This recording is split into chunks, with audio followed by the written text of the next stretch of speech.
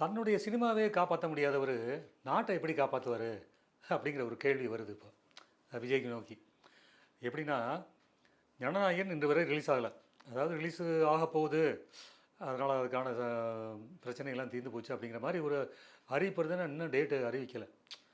அதாவது அந்த படத்துக்கு ஏற்பட்ட பிரச்சனை சென்சார் பிரச்சனையில் அது இவங்க தேவையில்லாமல் ரிவைசிங் கட்டிங் அது வந்து கோர்ட்டு சட்ட ரீதியான முறையில் அணுகுனதுனால, இல்லைனா சாதாரணமாக முடிஞ்சு போயிருக்கும், அந்த படத்தினுடைய விஷயங்கள் முடிஞ்சிருக்கும். என்ன தேவையோ அதை மட்டும் கட் பண்ணி இது பண்ணிடணும், இல்லைனா ரீஷூட் பண்ணிவிட்டு பண்ணியிருக்கலாம்.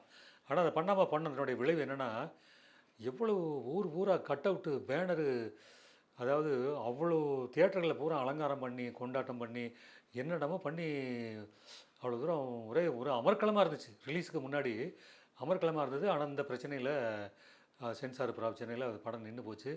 ரிலீஸ் ஆகவே முடியல, ரிலீஸ் ஆக வழியும் இல்லை. அது இவர் முன்னெடுத்து நின்று இறங்கி என்ன பிரச்சனைங்கிறது இறங்கி அதை சால்வ் பண்ணுறதுக்கு எந்த இதுவும் பண்ண காணும். ஏன்னா இவர் அரசியல்லையே அந்த கவனத்தில் அதை சரி பண்ணுறதுக்கு அதுக்கான சூழ்நிலையே போயிட்டு இருந்தார்களே இதை பண்ணலை.